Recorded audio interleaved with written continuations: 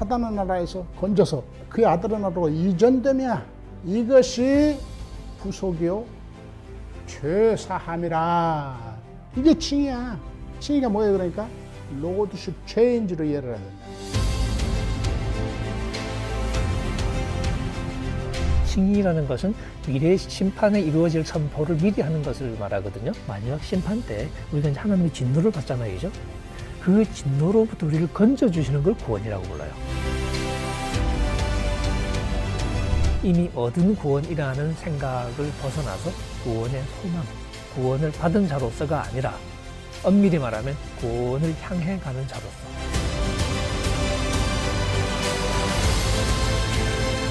우리는 그리스도 안에서 믿음으로 이미 의롭게 되어졌고 지금 계속해서 의로워지고 있고 앞으로 또 계속 의롭게 될 것이다.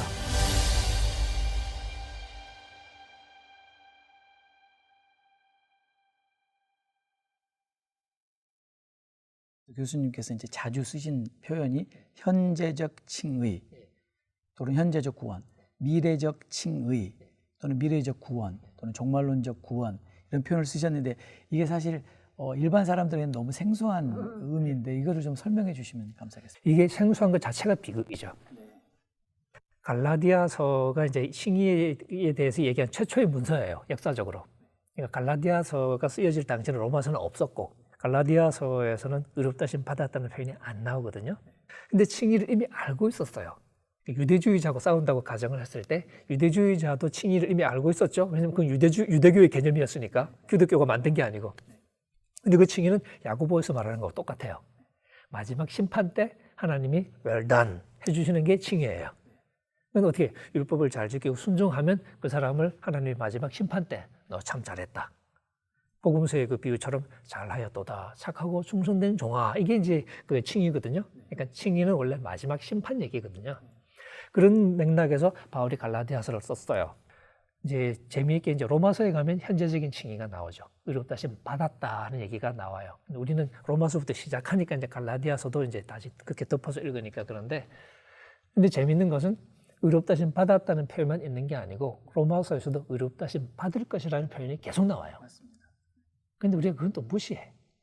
근데 제일 처음 나오는 게 오히려 미래예요. 그렇습니다. 2장 13절에. 예. 그 야고보하고 똑같아요. 근데 바울은 그 2장 13절 지나고 조금 뒤에 보면 우리 한글 성경 번역한 대로 보면 내 복음에 이른 바와 같이 자기 복음이라는 사실을 분명히 못을 봤거든요. 그러니까 바울도 우리가 율법을 듣는 사람이 아니라 율법을 행하는 사람이 의롭다심 받는다는 것을 전제하고 얘기를 시작한 거라는 거죠. 그럼 무슨 얘기를 했겠냐. 그게 이제 우리가 찾아내야 될 것이고 미래적인 측면을 우리가 많이 잊어버렸죠. 복음서 읽을 때는 하나님 나라가 핵심 주제인데 하나님 나라의 현재성을 많이 강조하거든요. 근데 막상 복음서 읽어보시면 하나님 나라의 현재성을 강조하는 얘기는 별로 많지 않아요. 억지로 찾아내면 많이 있겠지만 읽는 그대로 편하게 읽었을 때는 다 미래예요. 몇몇 구절이 현재적인 느낌을 주거나 현재로 말하는 구절이 있긴 해요. 근데 대부분은 미래예요. 근데 우리가 말할 때는 통계가 뒤집어져요. 우리는 미래는 별로 얘기 안 해. 다 하나님 나라의 현재성, 그리고 하나님 나라를 좋아하는 사람들이 왜 좋아하냐면 그래야 우리 현재가 말이 되기 때문에. 구원은 이미 그냥 받는 것 같고 그러니까 우리 현재가 의미가 없는 거니까. 근데 그 의미를 줄 수 있는 개념이 하나님 나라의 비전인 것 같아요. 그래서 하나님 나라의 개념에 막 몰두를 해요.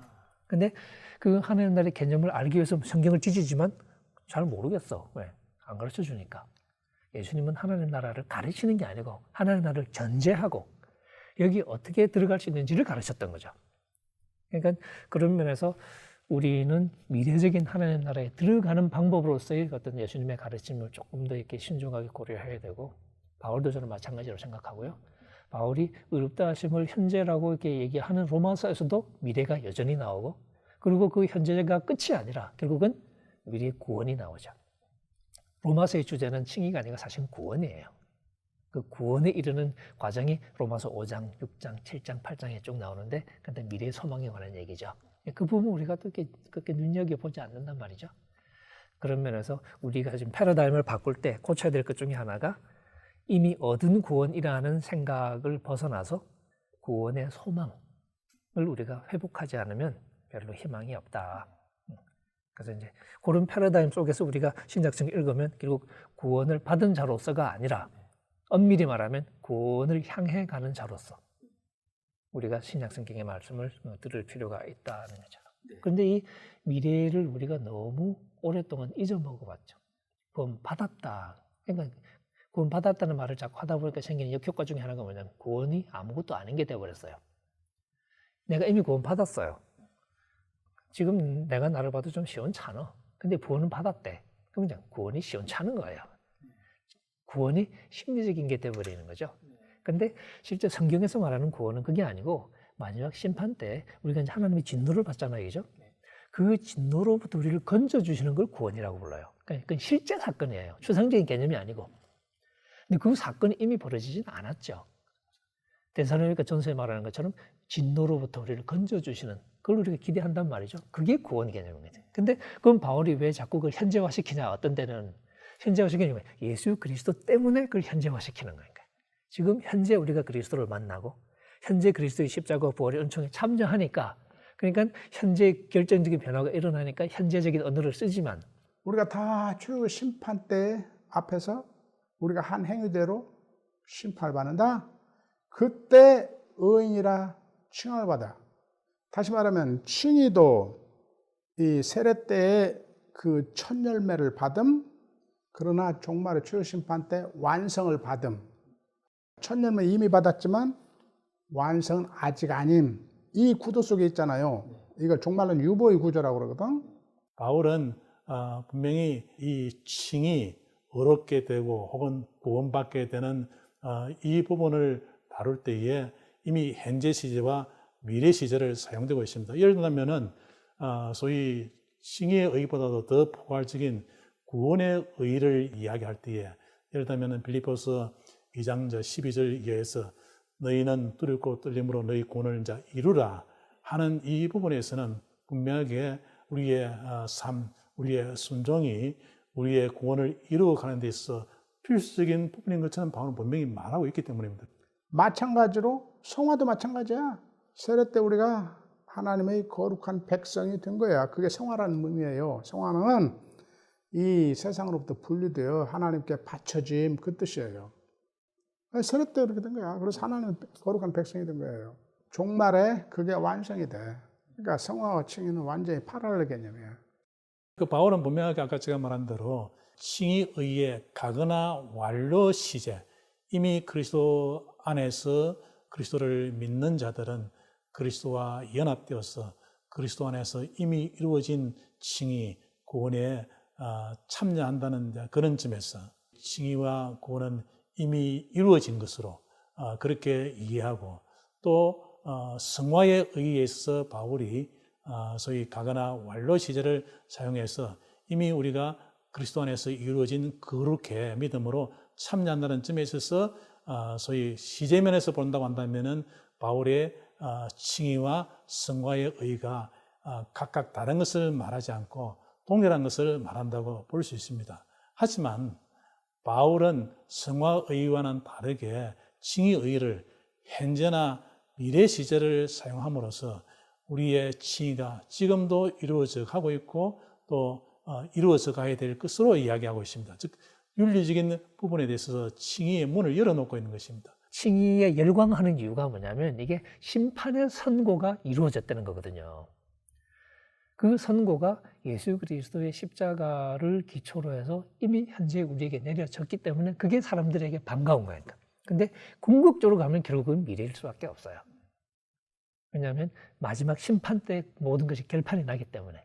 근데 바울에게 있어서 그 심판에 가장 결정적인 영향을 미치는 것이 예수 그리스도의 십자가와 부활이에요. 그래서 십자가와 부활이 얽힐 때는 언어가 현재화되는 경향이 있어요. 십자가와 부활이 얽힐 때. 근데 문자적으로 다 완성됐다는 그런 의미와는 좀 다른 의미로. 요한복음도 그러지 않습니까? 요한복음에 그 실현된 종말론 얘기 많이 하잖아요. 이미 사망에서 생명으로 옮겼다. 영생을 가졌고 뭐 이런 식의 표현이 자꾸 나오는데 그게 예수님이 워낙 중요하니까 그런 거거든요. 그러니까 하나님의 말씀이신 그리고 길이요 진리요 생명이신 부활이요 생명이신 내가 아니고서는 아버지께로 올 자가 없는 바로 그 유일한 계시의 통로거든요. 그분이니까 그분을 통해서 모든 게 이루어지죠. 그러니까 예수님을 받아들이고 예수님을 믿는 사람은 이미 생명으로 옮긴 사람이라는 표현이 등장하죠. 근데 이게 시간적으로 이미 그렇게 됐다는 얘기를 하고 싶은 거냐? 나중에 보면 미래가 계속 그대로 남아 있어요. 부활할 것이고 심판을 받을 것이고.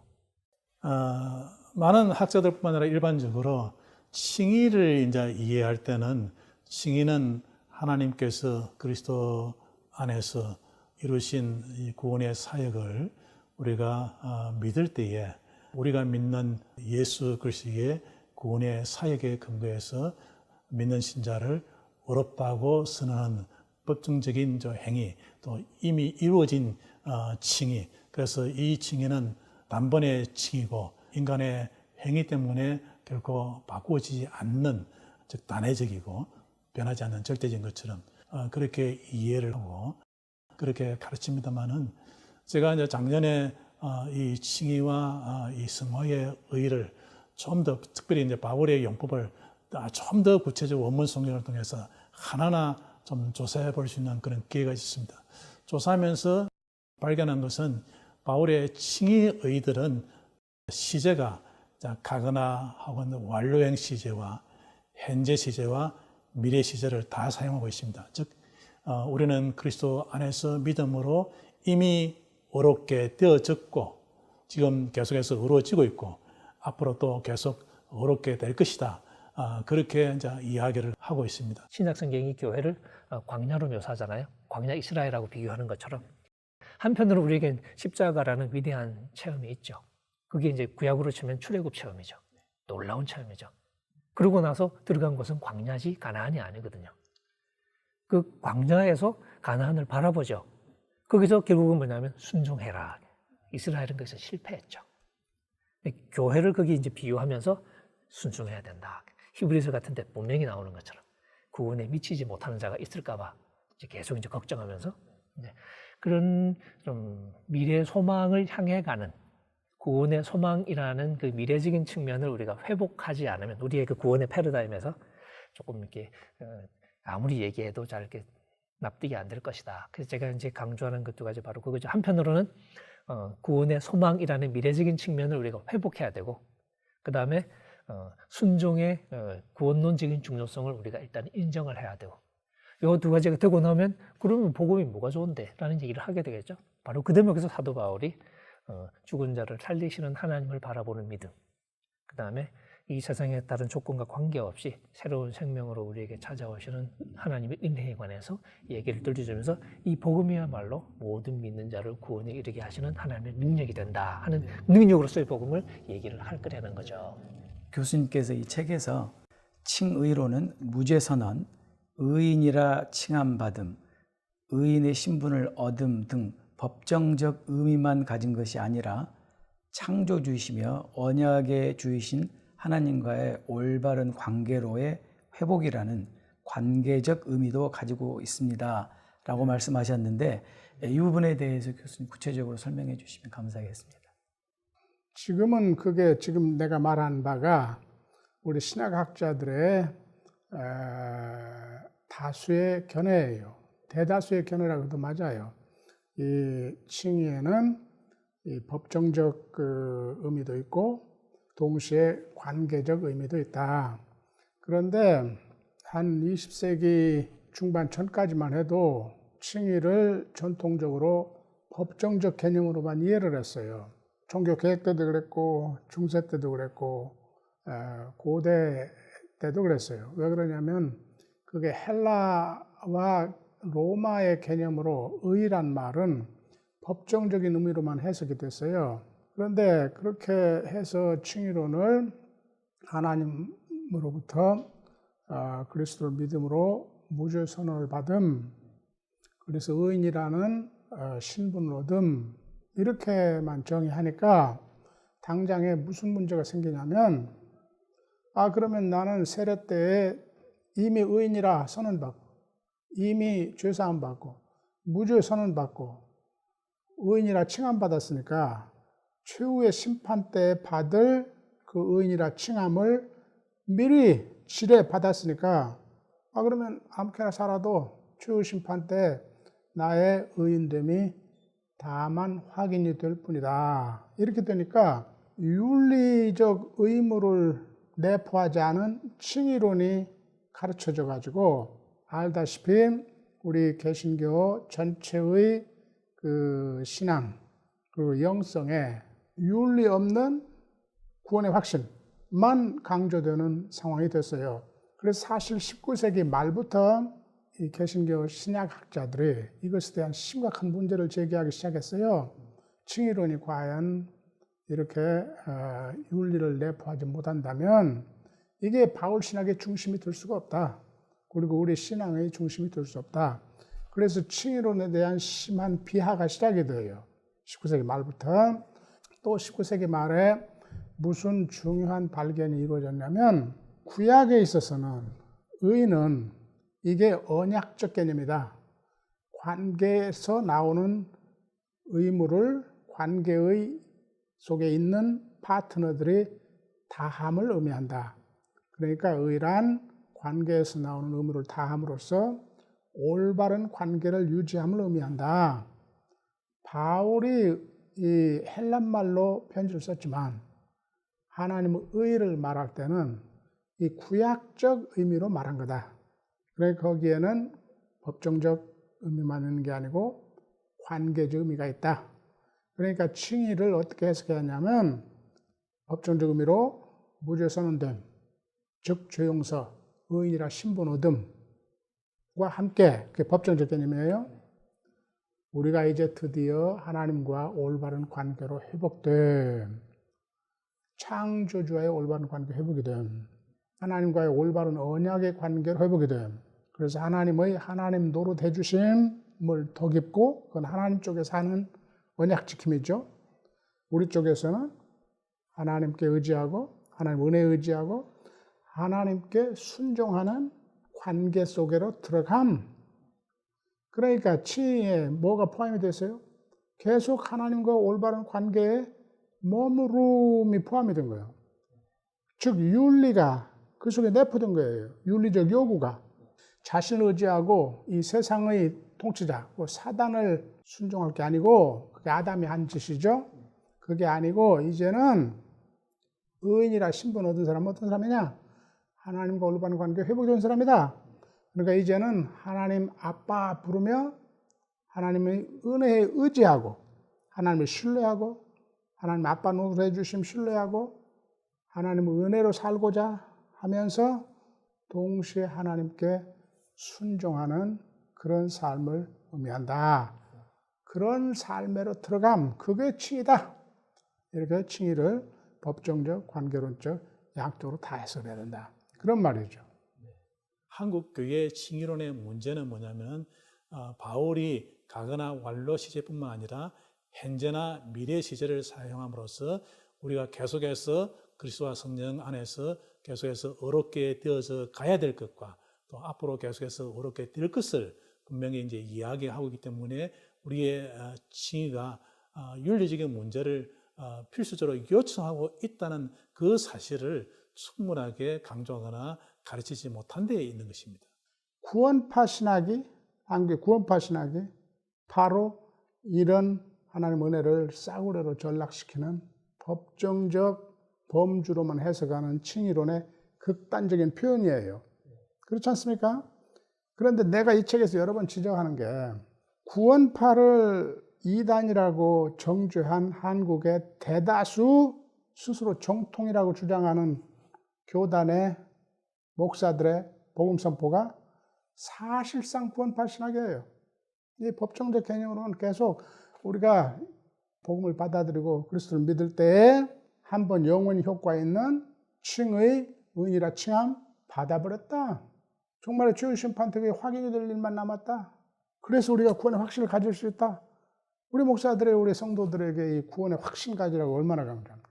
다음 말은 않죠. 그러니까 아무렇게 살아도 됩니다. 그 소리는 안 해요. 이른바 정통 교단의 목사님들도 사실상은 그 말을 하는 거나 마찬가지예요. 그게 유명한 정통 목사들이 부르짖는 구원. 한 번 구원은 영원한 구원이다. 그러니까 세례 때 한 번 받은 칭의는 영원한, 최후 심판 때 확인만 되니까 구원받는다. 의롭게 살면 좋은데 못해도 괜찮다. 그래서 거기에 무슨 또 신학이, 이 대중 신학이 발달을 해요. 칭의는 우리가 받고, 그 다음에 최후 심판까지는 이른바 성화의 과정인데, 의롭게 살려고, 거룩하게 살려고 애를 써서 성화하면은 상급을 받는다. 이제 상급 신학, 성화를 옛날 중세의 행위, 그것에 대한 보답으로 상급을 이해를 해서 칭의론 자체를 잘못 이해하기 때문에 뭘로 전환되냐면 중세 카톨릭 신학으로 돌아가는 거예요. 사실상 상급 신학으로, 공로 상급 신학으로. 그래서 이런 신학적 왜곡, 디스토션이 지금 생기고 있는 거예요. 지금 한국 교회가 부패하고 비난과 조롱을 받잖아요. 그게 다 신학적인 복음을 잘못 가르치기 때문에 그래요. 목사님들, 많은 목사님들 스스로 잘못 알고 잘못 가르치고, 그러니까 많은 목사님들 스스로 복음에 합당한 삶을 사는 게 아니라 윤리와 분리된 신앙을 가지고 있고, 그렇게 가르치니까 한국 교회가 수가 저렇게 많고, 우리 그리스도인이라 스스로 생각하는 사람들이 한국 교회에 그 영향력 있는 위치에 그렇게 많이 있는데, 한국 교회가 저 부패 지수가 저렇게 높고, 거짓과 불의가, 그리고 갈등이 저렇게 심각한 나라가 된 거예요. 그러니까 이 복음 자체가, 칭의의 복음 자체가 잘못 이해돼서 그래요. 부분적으로만 이해되기 때문에. 심각한 신학적인 문제와 심각한 목회적 문제, 영성의 문제, 삶의 문제. 그러면 이렇게 좀 심각한 문제를 바로 잡을 수 있는 대안이 있습니까? 대안이 칭의론을 올바로 이해하는 거예요. 그러니까 칭의의 복음을 올바로 이해하는 것. 근데 사실 막상 우리가 사실 어려서부터 교회에서 자라면서 배워왔던 그 구원론은 이미 얻은 구원이고, 그리고 우리가 앞으로 구원에 대해서 이야기할 게 없는데, 그런데 자꾸 이렇게 구원을 얻을 것이다, 그 미래적인 구원을 얘기를 하면은 이게 너무 부담이 되고, 줬다 뺏으니까 기분도 나쁘고. 예. 그래서 이런 한국 교회 상황이라서 교수님께서 하시는 말씀이 참 받아들여지기 쉽지 않을 수 있겠다는. 심리적인 저항이 큽니다. 결국 유일한 방법은 성경 말씀을 같이 읽는 방법밖에 없어요. 그래도 말씀에 수긍할 그 의사를 가진 분들은 꽤 많거든요. 실제 성경에서 뭐라고 얘기하냐. 예를 들어서 로마서에서 바울이 의롭다심 받았다는 얘기를 한다. 근데 무슨 얘기가 하고 싶으냐. 5장 1절 들어가면서 믿음으로 의롭다심 얻었던 즉 그러거든요. 그럼 그래서 우리 주 예수 그리스도로 말미암아 하나님으로 더불어 평화를 누리자. 그럼 그게 끝이냐? 아니요. 또한 그로 말미암아 우리가 믿음으로 서 있는 이 은혜에 들어감을 얻었으며, 그래서 하나님의 영광에 대한 소망으로 기뻐합니다 하고 얘기가 나오기 시작해요. 여기 2절이에요. 그 다음부터 모든 얘기는 구원의 소망 얘기예요.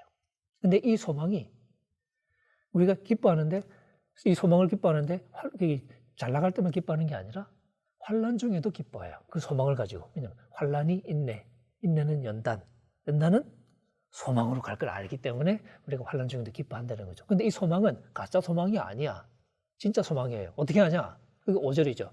우리에게 주신 성령으로 말미암아 하나님의 사랑이 우리 마음에 부어지지 않았냐.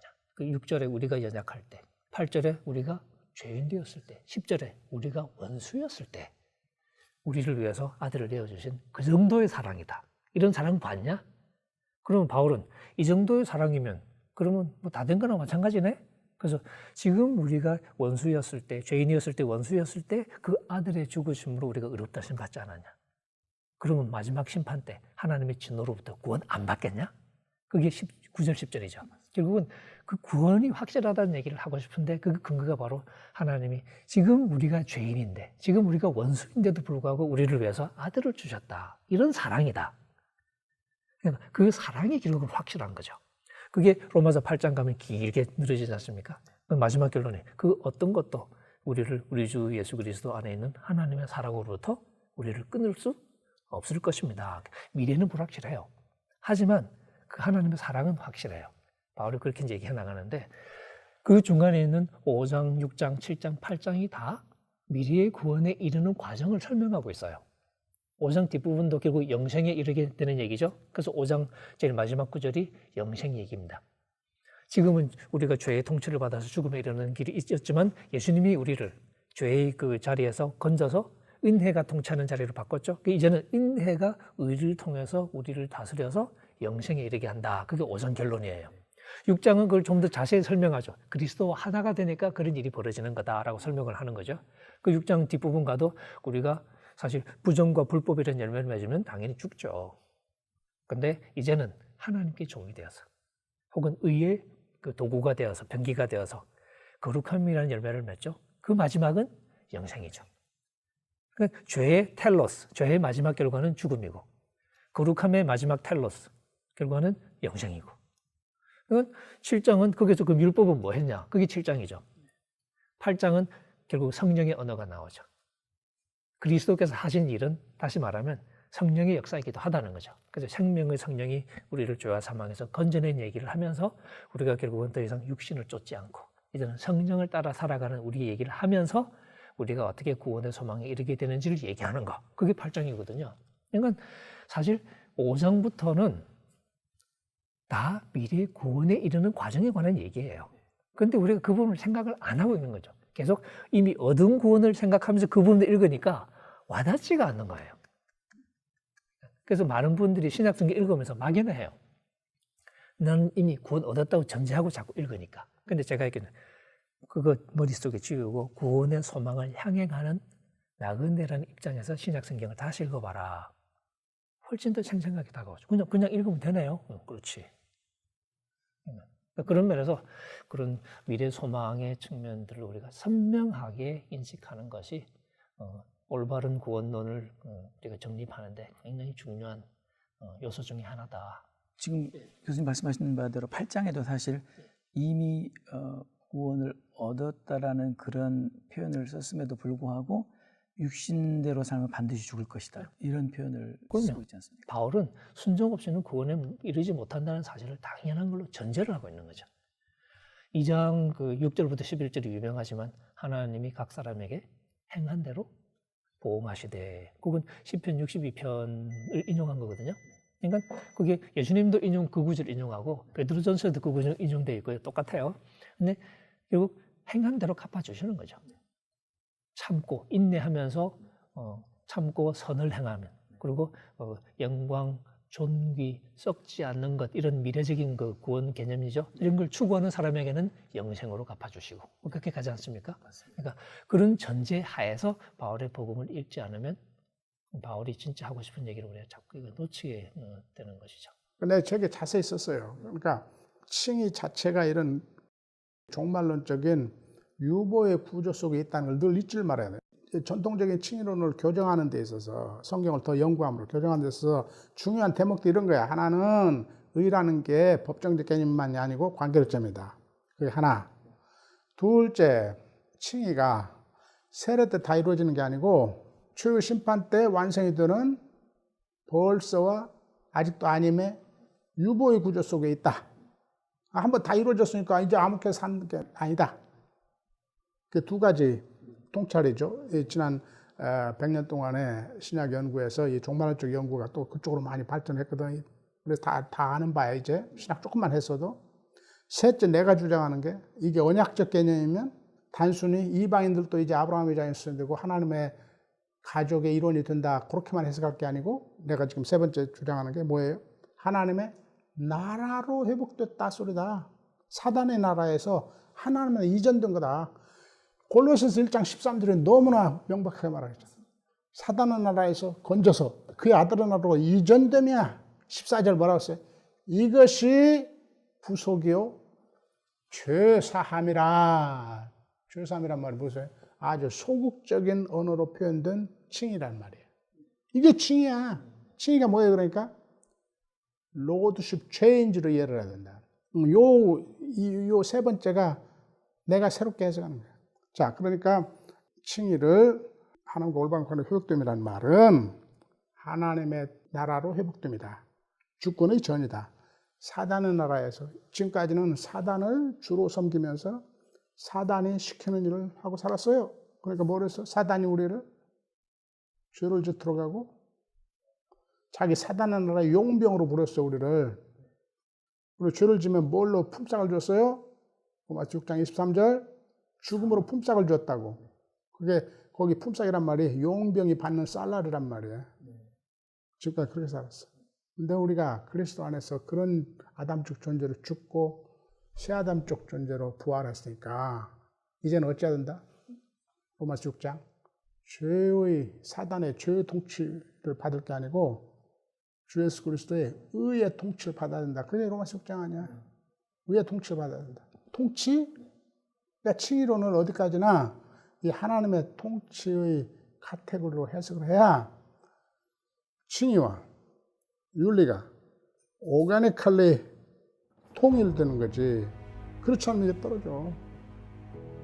그래서 이 전통적인 칭의론의 이 약점이 드러나서 의인이라고 살지 않으면서 의인이라고 자처하기 싸구려 은혜 이렇게 되는 거예요. 또는 행함 없는 믿음. 행함 없는 믿음.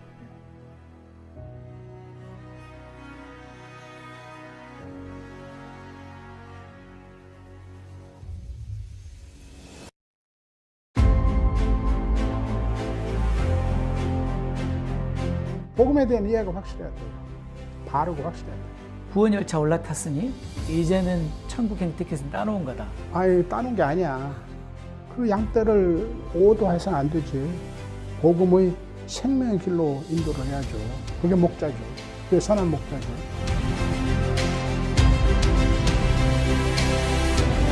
바울이 말한 그 복음의 능력, 구원의 능력으로서의 복음에 대한 이해가 선명해야 되겠죠.